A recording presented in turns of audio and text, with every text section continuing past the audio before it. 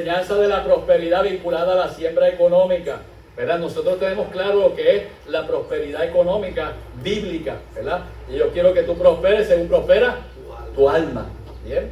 Uso frecuente de la revelación espiritual. Dios me revela, Dios me muestra, etcétera. Amado, tenemos que discernir, tenemos que tener cuidado con eso, ¿bien? Restauración del ministerio apostólico, ¿bien? Cuando hay movimientos donde se habla de restauración y se aplica este sistema, ¿bien? Ausencia de un concilio, cuando especialmente iglesias independientes, como no hay una cobertura, y esa frase la quiero que me la entiendan en el buen sentido de la palabra, amén. O sea, no hay un grupo de personas de apoyo, yo creo que es la mejor frase, ¿verdad? Como la hermandad, ¿verdad? Que nos podemos apoyar, tenemos una estructura donde podemos ir a buscar consejos, ayuda, etcétera. Bien. Cuando hay un solo pastor fundador y la autoridad final única, no hay un grupo, ¿verdad? Es el que toma las decisiones, el que reparte el dinero aquí y allá, sustrae esto, lo otro. Bien. Amén. Se cree que es la única iglesia verdadera cuando la iglesia empieza a visualizarse como la única iglesia verdadera. Cuando hay una cultura de vergüenza pública, que las personas que cuestionan o van en contra de la corriente por expresarlo de esa manera, entonces empiezan a crearle ese tipo de vergüenza. Y las normas no bíblicas, como le decía ahorita, son muy elevadas y pasan así por encima de lo que es el concepto doctrinal fundamental. ¿Bien? Así que, ¿en qué movimiento se observa esto? Repito, estoy generalizando, no en todo. Movimientos neopentecostales, movimientos de tercera ola, neocarismáticos, movimientos apostólicos, iglesias independientes, movimientos de restauración exclusivista o comunidades hiperlegalistas. Bien, repito, no quiero decir que todo esto esté en ese sistema, pero es donde se ha identificado con mayor posibilidad. ¿Qué riesgos uno debe observar? Cuando se observa control espiritual, cuando hay presión económica, cuando hay una cultura de insociabilidad del líder. El líder está acá, lo tienen protegido, no se puede acercar a nadie o nadie se puede acercar a él. Exigencia de lealtad absoluta, ¿bien? Aislamiento de otras corrientes cristianas, ¿bien?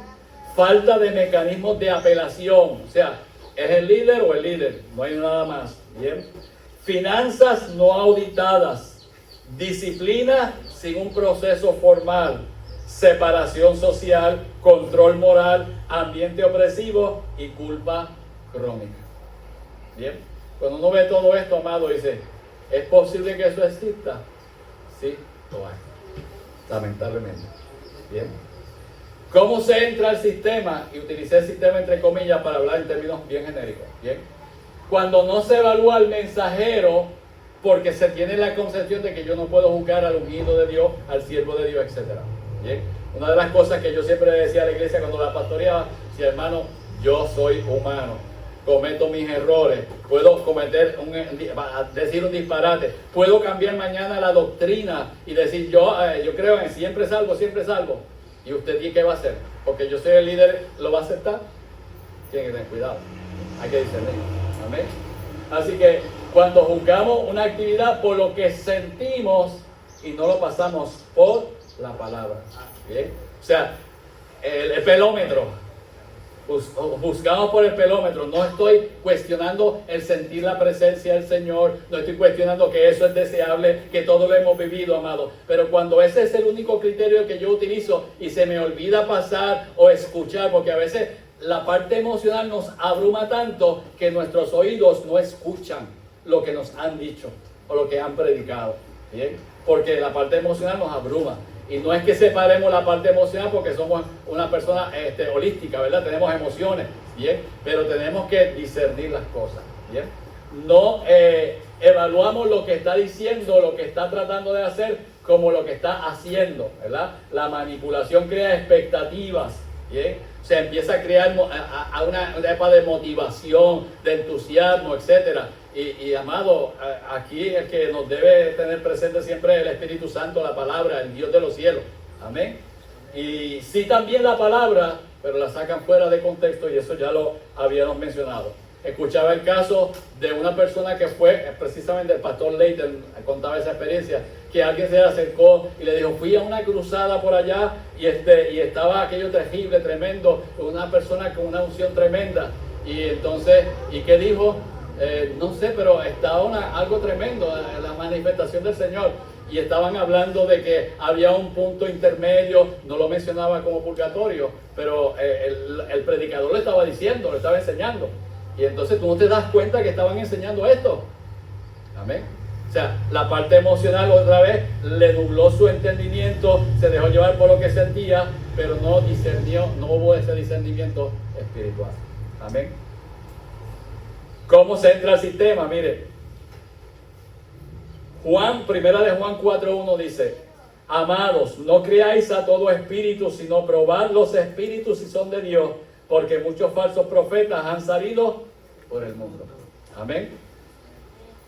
Cuando uno ve esto, amado, aquí hay muchas razones por las cuales entran las personas, pero una de las cosas es lo que este pastor llama, y me encantó la frase, ¿verdad? El analfabetismo bíblico. Cuando yo digo analfabetismo bíblico, es el equivalente a mi pueblo se pierde por falta de conocimiento. Amén.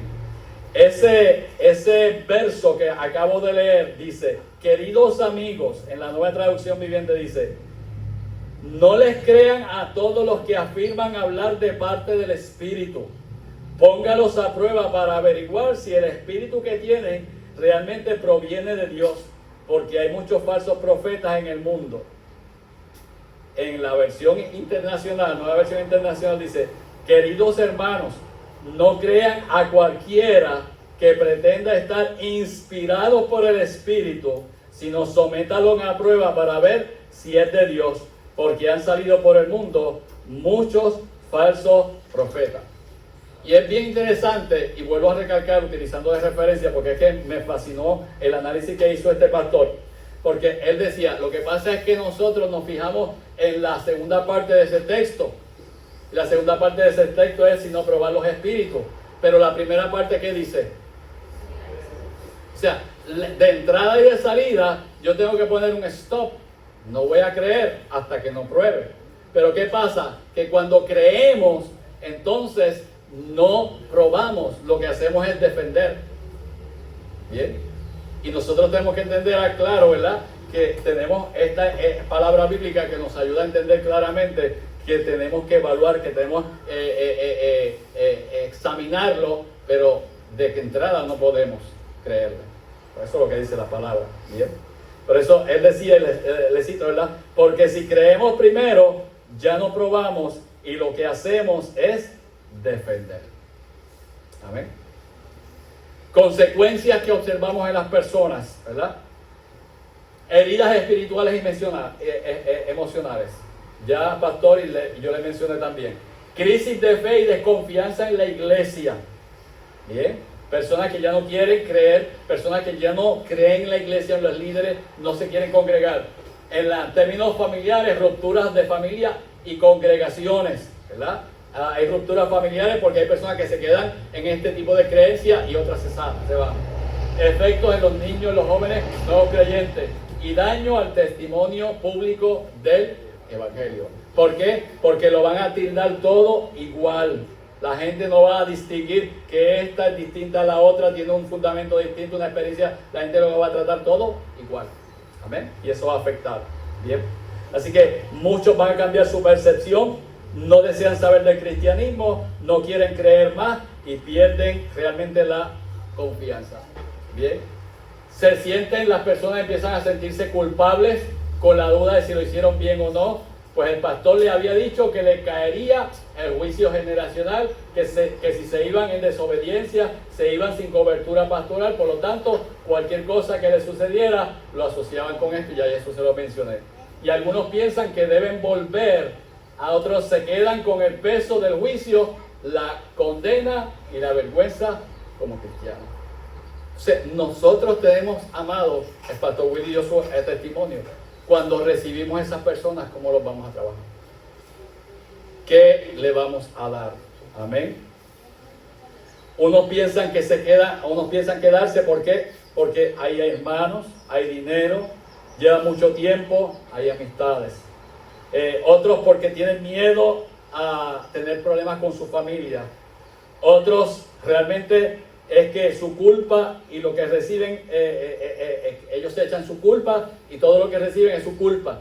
O sea, los manipularon a tal extremo que ellos dicen, no es problema del ungido, es problema mío porque yo no me sometí como debería someterme. Amén.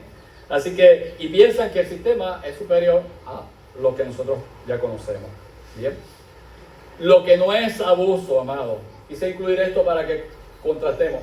Utilizar el mejor juicio a pesar de ir en contra de la opinión de uno. ¿Tenemos diferencia nosotros? Las tenemos. Pero cómo manejamos esas diferencias es lo que hace la diferencia. Amén. Así que podemos tener diferencias en diferentes aspectos, áreas, etcétera, pero si podemos sostenerlo de la manera adecuada, balanceada, con respeto, respetando la dignidad sin devaluar a la persona, no hay problema. Eso no sería abuso. Bien. Confrontar a otro creyente debido al pecado, malas obras y equivocación sincera. Amado, pecamos, hacemos malas obras, nos equivocamos, caemos dentro de alguno de esos renglones. Bien, ¿deben ser corregidos? Claro que sí. Bien, así que debe estar enfocado en guardar la dignidad de esa persona, ese proceso de confrontarlo, ¿verdad? De no humillarla, ni desacreditarla, sino con el enfoque de sanarlo, de salvarlo, de edificarlo, restaurarlo, etcétera, etcétera. ¿Bien? O sea, en ese proceso, cuando uno trabaja con la dignidad de la persona, que son imagen del Señor, que necesitan la ayuda, que necesitan la asistencia, ahí no hay abuso, porque ahí lo que yo le estoy dando es proveyendo los mecanismos y las cosas necesarias para que se levanten. Bien, como digo, siempre hay cosas, a las cosas hay maneras de decirlas, ¿verdad? Y esa manera es bien importante. Lo que no es abuso, maltrato, pedirle que abandone su cargo o oficio debido a problemas espirituales. Los líderes a veces tenemos que tomar decisiones difíciles. Bien, hay una persona que realmente está confrontando problemas espirituales, necesita un espacio, necesita descanso, ¿verdad? Situaciones mentales, emocionales, está estresado, situaciones físicas de salud, etcétera. Bien, así que obviamente a veces hay que separarlo del cargo, hablar, dialogar, ¿verdad? No es una cosa como hacen a veces el médico, ¿verdad? Tú tienes esta condición de salud y se lo dicen ahí sin nada, ¿verdad? Bien tajantemente, o estás despedido, ¿no? Sí, hay que saber usarlo, el amor y la gracia y la misericordia. Estar en desacuerdo en materia doctrinal u otros asuntos siempre que se mantenga el respeto. Tenemos diferencias en el enfoque apocalíptico, tenemos diferencias en enfoques de estrategia, etcétera. Las tenemos, amados. Pero podemos lidiar nuestras diferencias otra vez doctrinales, sí, las podemos lidiar con sabiduría y con respeto. Bien, sostener ciertas normas de conducta en grupos tales como la forma de vestir, pero si se degrada a la persona por no sostener las mismas convicciones, podría convertirse en abuso. Bien, mire, en el tiempo de ahora, nosotros tenemos una generación de jóvenes que viene marcado con tatuajes. Amén. Los tenemos, en la iglesia de nosotros llegaron personas. ¿Cómo lidiamos con eso? Obviamente el reglamento no provee un espacio para lidiar, no hay una estructura escrita en blanco y negro cuál es la postura de la hermandad, no la hay. ¿Bien? Pero son almas de salvación, se pueden perder mañana, tenemos que lidiar con eso. Así que la prioridad no es lo que tiene en la mano, en lo que sea, la prioridad es el alma, la salvación de esa vida. Y tenemos que lidiar con eso. Amén. Estoy usando el tatuaje porque es más común, ¿verdad? Pero también la cuestión de vestimenta u otras normas que las propias iglesias establezcan. Bien, así que tenemos que trabajar con eso cuando hay personas que tienen sus situaciones particulares. Bien, hay en la Biblia ejemplos, sí los hay. Bien, Hechos 20:30. Bien, en el libro de Hechos, en ese verso 30 dice: y de vosotros mismos se levantarán hombres que hablen cosas perversas para arrastrar tras sí a los discípulos. Resalto la palabra perversa. ¿Por qué razón?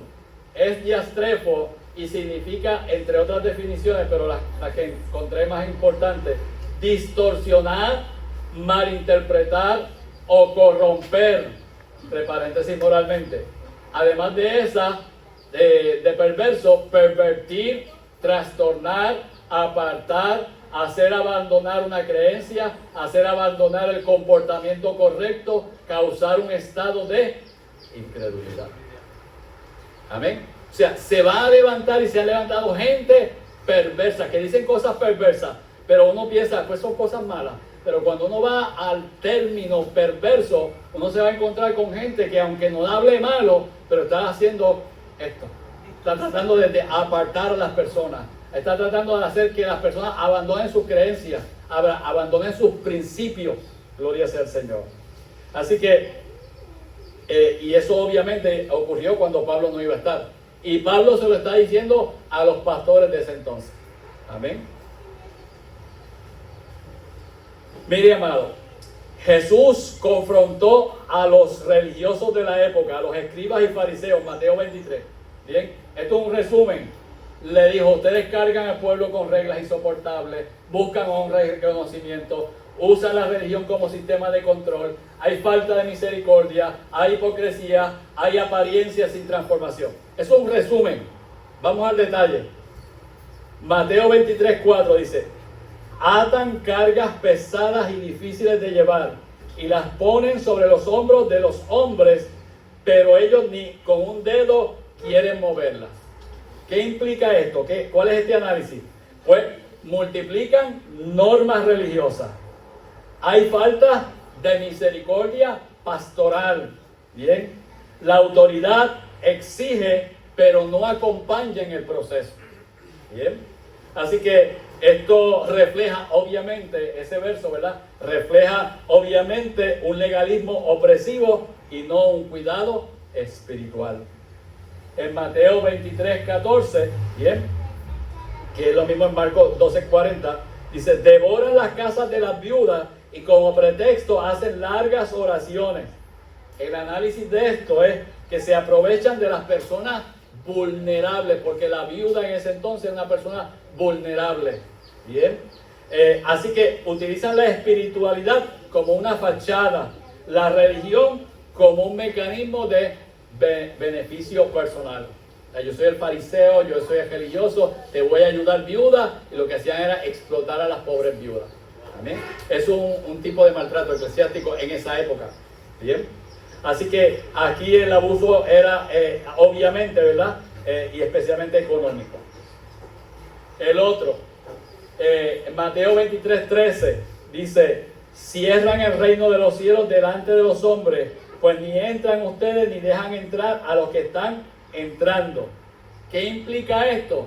Control espiritual, monopolio de la interpretación. O sea, estas son las condiciones por las cuales tú vas a entrar. Tú tienes que hacer esto, el sábado no puedes hacer esto.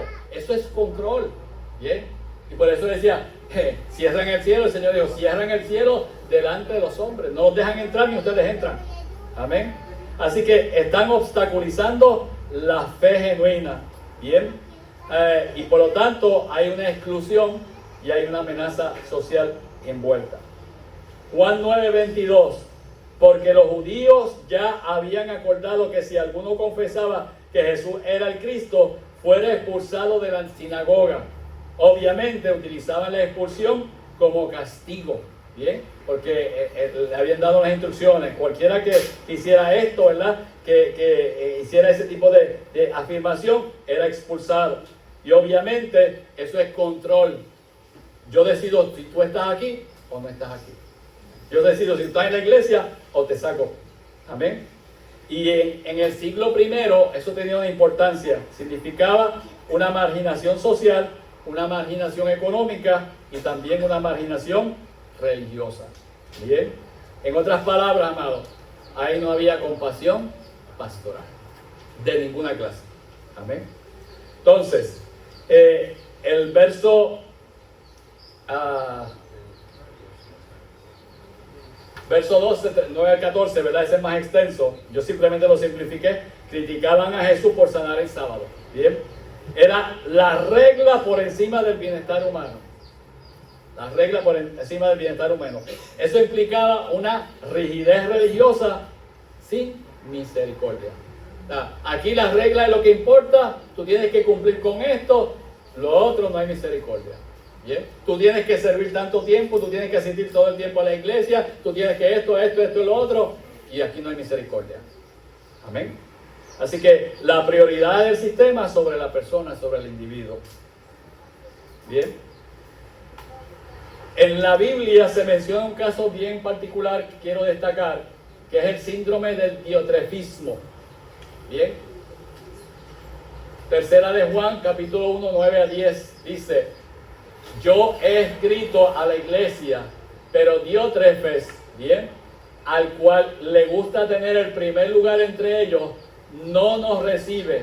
Por esta causa, si yo fuere, recordaré las obras que hace parloteando con palabras malignas contra nosotros. Y no contento con estas cosas, no recibe a los hermanos, y a los que quieren recibirlo, se los prohíbe, los expulsa de la iglesia. Y estamos hablando de la iglesia del primer siglo. Bien, cuando uno ve ahí ese texto, ¿verdad? Quiero resaltar los siguientes puntos. Diótrefes amaba tener el primer lugar, ¿verdad? Por eso menciona ahí el primer lugar entre ellos, ¿verdad? Quería resaltar, bien. Cuando uno analiza el tiempo de ahora, estos líderes quieren resaltar, son los primeros, es los que tienen que mirar, es los que quieren recibir la devoción, por decirlo así. No recibía a los hermanos, ¿verdad? Y no quería que nadie los recibiera. O sea, había predicadores, evangelistas ambulantes, iban a las iglesias. Y entonces Diótrefes le prohíbe a aquellos que los reciban, y si los recibían, los sacaba de la iglesia. Amén.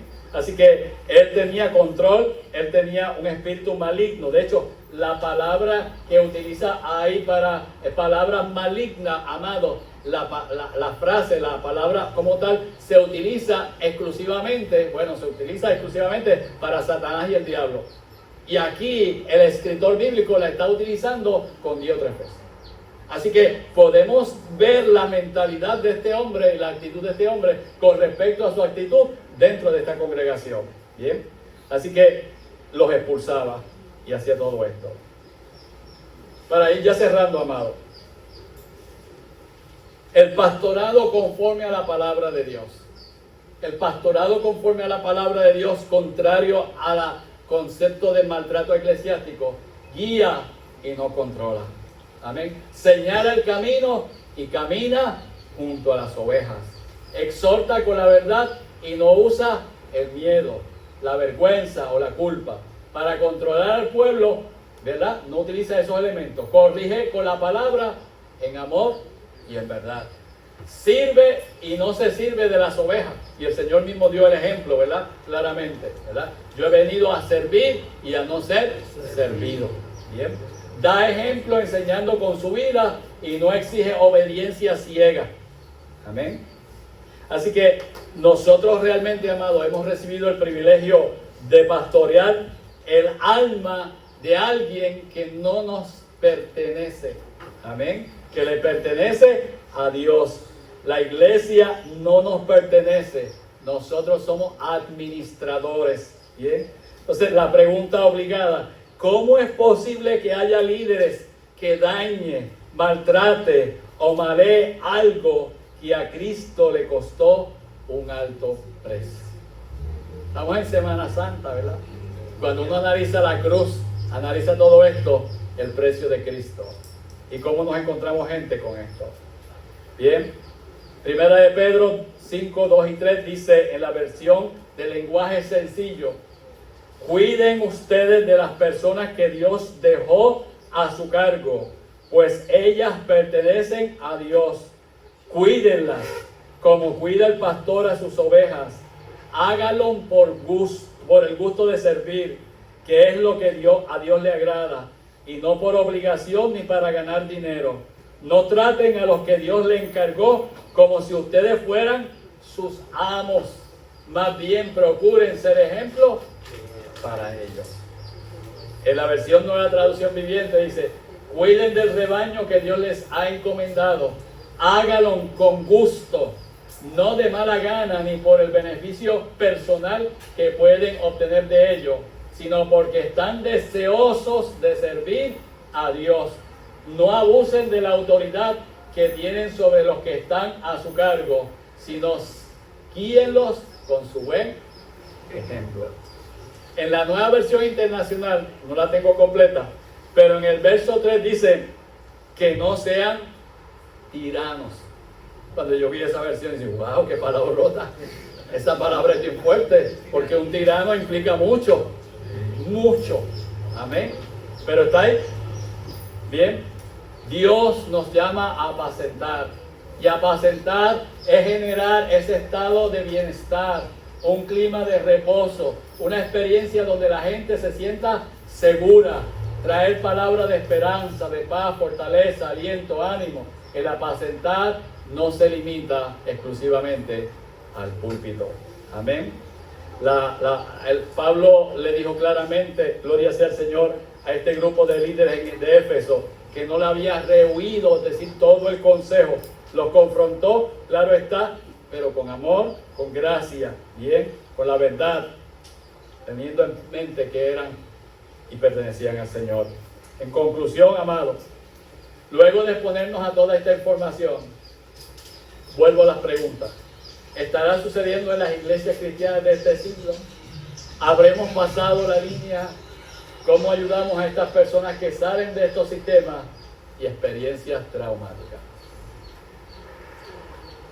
2 o 3 voluntarios, rapidito, que puedan hacer comentarios con esas preguntas en mente. No podemos ayudarlo para mí, ¿verdad? Con mucho amor, mucha delicadeza, mucha entrega también. Amén. Y sobre todas las cosas bajo la presencia de Él. Amén. No hay de otra. ¿Alguien más? Amata. Si la primera pregunta es si estará sucediendo en las iglesias cristianas de este siglo. Evidentemente, ¿verdad? Porque basado en la experiencia de las narrativas que usted trajo o las que pudo haber traído el pastor Willy, hay ovejas que vienen de otros lugares y lo expresan, que han sentido el control, que han sentido la manipulación, que han sentido esa falta de cuidado. Así que sí está sucediendo. Que si nosotros habremos, ¿verdad?, pasado la línea, es lo que hay que evaluar. Y lo que hemos tenido esta mañana, o sea, para los que aspiran y los que ya están, es un reto bien importante, porque eso mismo, quizás la tendencia de poder utilizar la palabra del Señor, ya sea desde el púlpito o en las reuniones, mira, no hagas esto porque la palabra dice esto, esto, lo otro. Pero bien dijo usted, pastor, que es una línea bien fina entre lo que realmente es la doctrina y lo que yo puedo utilizar para manipular. ¿Cómo ayudamos a esas personas? Como dijo él, el amor. Y ciertamente mirándonos desde el filtro de Cristo, cómo Cristo trataría a esas personas, que nosotros podamos hacerlo así, porque ahí es que está la verdadera sanidad, ¿verdad? Y la restauración de esa vida que tanto necesitan. Amén. ¿Alguien más? ¿No más? Manolo. Esa pregunta que tú es la primera de que se está sucediendo en la iglesia cristiana, ¿verdad? Yo creo que sería bueno preguntarse por qué se está pasando. ¿Sabes? No podemos todos juzgar y el pastor es malo, por qué llegó a ese punto cuando no comenzó en ese punto. ¿Sabes? Los traumas, las situaciones y eso, y estar abierto a ayudar a esos pastores, ¿verdad? Que en algún momento, porque en algún momento uno también ha pasado la línea dentro de una frustración o algo, y entonces uno pone, ¿verdad?, en esa posición y ayudar, porque hay unas ovejas en ese redil, ¿verdad?, que hay que ayudarlas también, y no es ir a hablar más de pastor y hablar de allá, no, vente para acá, que para acá, porque en algún momento acá vamos a hacer algo, y entonces también ustedes fallaron. Yo creo que debemos ponernos los pantalones, ¿verdad?, y las fallas de esos pastores y ayudarlos a los que estén haciendo eso. Amén. Moisés, en un momento dado, cuando le dijeron habla de la tierra, ¿qué hizo? Cogió el bastón y le dio un cantazo. Somos seres humanos. Jesús dijo, aprended de mí que soy manso y humilde. Ese es el modelo. Amén.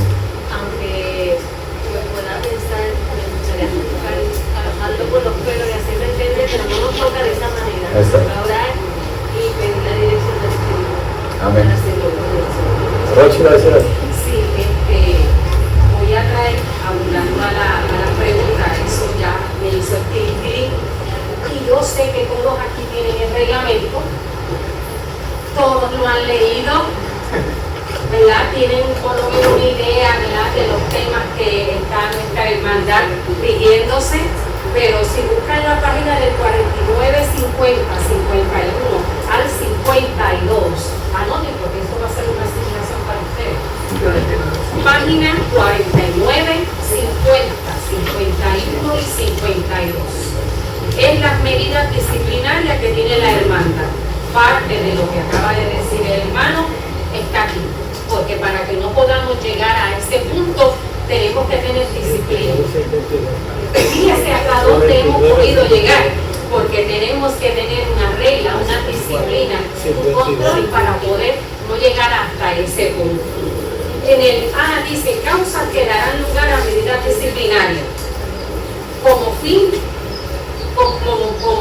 último de restaurar, sanar, reconciliar y enseñar.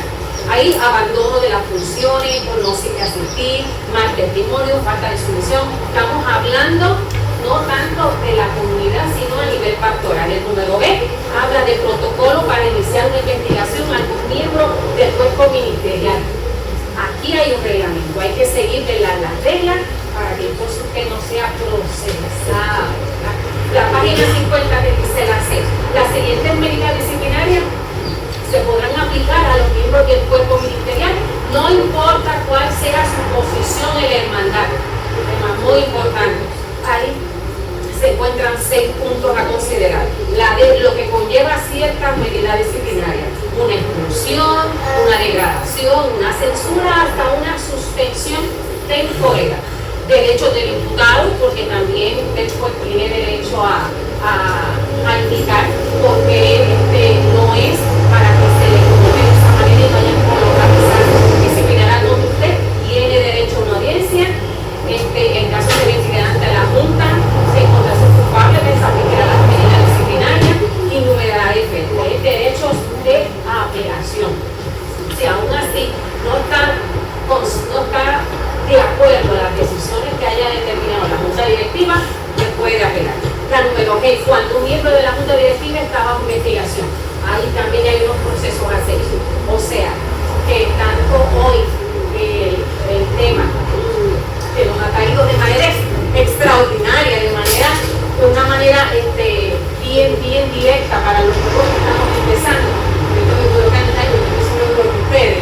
Esto es extraordinario, tanto va a ser así, ¿verdad?, que me han informado que también hay que llevarlo a nivel pastoral, en el sentido también llevarlo quizás una educación continua a los otros compañeros, ¿verdad?, que también están y llevan años en el magisterio y que también en el grupo magisterio, ¿verdad?, como profesora, pero en el ministerio, ¿verdad?, pastoral aquí, y eso se va a extender. Aquí ya me habían informado para empezar una segunda parte. Aquí se han dado temas para llevarlo a segunda parte, se van a llevar, pero como educación continua. ¿Okay? Así que, pastor,